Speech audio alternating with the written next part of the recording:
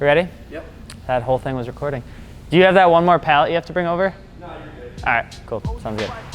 Hey guys, what's going on? It's Alex from FItment Industries, and we're finally back into our hometown, Appleton, Wisconsin. We loved Las Vegas. It was a great time. Unfortunately though, it smells kind of weird, like eggs almost all the time. Everything's very loud. There's lots of people. There are people dressed in very nice clothes, and we were just standing there and we're thinking, I just can't wait to go home and just have a spotted cow and not have to deal with all of what SEMA was. So we decided that now that we're back, we're gonna give you our thoughts on SEMA 2018. Last year we went to SEMA, it was a great time. We had a whole heck of a blast, but we only had 500 subscribers, which really just meant we walked around and just filmed a bunch of wheel reviews and didn't really do a whole lot of talking to a lot of people. Now this time around, we were able to break 100K right before we actually jumped on an airplane going to SEMA, and now we're back, and I feel like we're doing pretty good. So we thought we'd share our thoughts on SEMA 2018. Let us know in the comment section below if you went, what your thoughts were, and then of course, don't forget to subscribe, and let's jump right into it. So when we got to SEMA 2018, first and foremost, you have to remember that there were trucks. There were trucks literally everywhere. There were big trucks, there were small trucks, there were wide trucks. There were so many trucks that SEMA is still like a truck.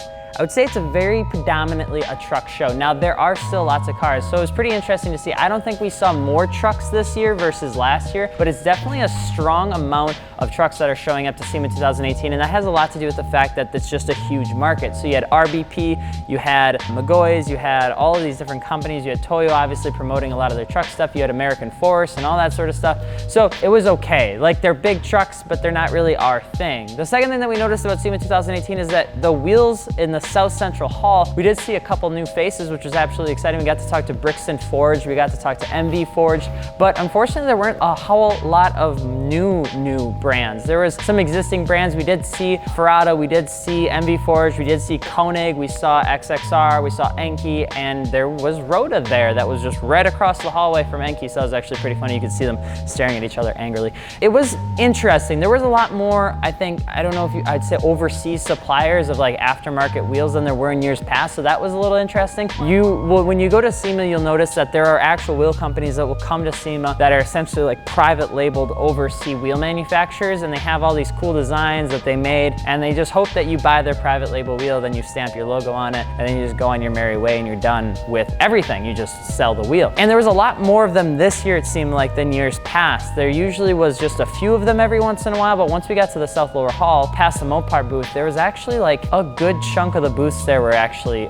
private label wheel manufacturers. So that was a little interesting. We weren't super stoked about that because obviously that doesn't help us at all. Something that we did really enjoy is it did seem like the outdoor area was way more fun to look at this year than years past. The car lineup was absolutely killer. So I know everybody goes out onto Facebook like the week after SEMA and they complain and they whine and they talk crap about certain cars that got into SEMA and that SEMA is some sort of like not good show or something like that. And that is really not the case. Now there are always those last minute like SEMA preppers that will like do stuff you really wouldn't recommend to cars and trucks, but for the most part from what we saw, actually did pretty good. There was bagged R34s on some BC forged wheels. We got to see, you know, lots of different AccuAir driven vehicles. We got to see a lot of different cars outside that was actually really cool to see. RSR was unveiling their 903, 902, and 901, so we got to see Corvettes with them, we got to see Type Rs with them, and we saw some Ford Mustangs with them on there too. It was actually really cool to see. There was a lot of vehicles there that actually just had it very well done, so it wasn't too eccentric. It was something that was just very meticulous, very well crafted. But then you also got to see a lot of different cars. So there were some booths outside. You got to see Ken Block's Gymkhana cars. You got to see some Bugatti Veyrons. You got to see all sorts of stuff. So the actual, I think, quality and environment this year versus years past actually was pretty darn good. And it wasn't too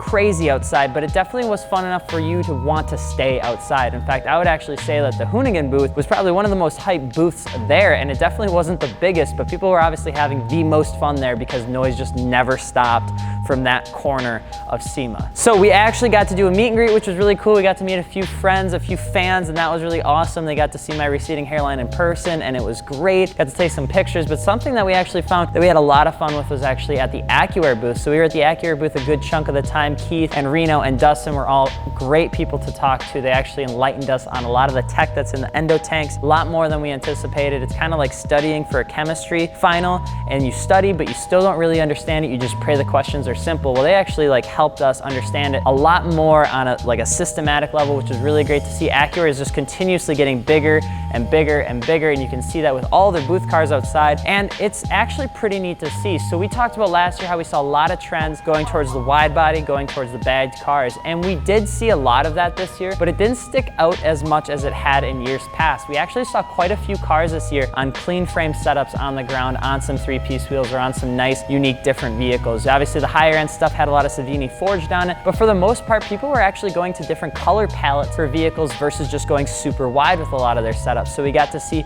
a lot of different like chrome wrap finishes. We got to see a lot of toffee cream colors. That was actually very cool to see. And then of course, you obviously had your wide body Lexuses and things like that, but definitely not something that we anticipated to blow up as much as we did, which was nice to see. For somebody like me, I actually enjoy probably more of the cleaner body rather than the wide body stuff. It was very, very nice, actually. It was very refreshing to see. Now, we didn't get to go too much into the other halls. We got to see a little bit of Central Hall and North Hall, but most of our time was spent in the South Hall and obviously the outdoor area. But overall, the show was actually ran very, very well. There's lots of cool events happening outside. You could be a part of the slingshot drifting. You could have drifted with some, I think it was like a Shelby kit car. You could drift with some BMWs. You could drift with all sorts of stuff. So SEMA this year was actually really nice. There was a lot more tire booths in the South Central Hall that we got to hang out with, which was a great time, and there was a lot of great wheel companies. Unfortunately, there weren't as many as we would have hoped though, and it definitely seemed like they were trying to level the playing field across everything, you know, in terms of different halls for performance or OE or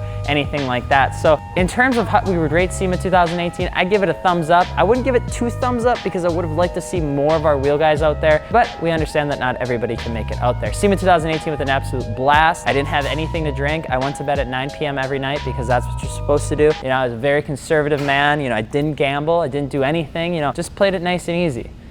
I completely lied about all of that. SEMA was an absolute blast. We're so happy to go out there. We hung out with Cosmos and all of them. And after all, FItment Industries will be back at SEMA 2019, and our goal is to hit 250K before we break through those doors Monday of 2019. But that's our summary on 2018 SEMA. Let us know in the comments what you guys think about SEMA. Do you think it's overrated, not rated enough, or do you just think it's good for what it is? I'm Alex from FItment Industries. Don't forget to subscribe. You're looking for wheel tire suspension, click the link below. I'm Alex. Peace.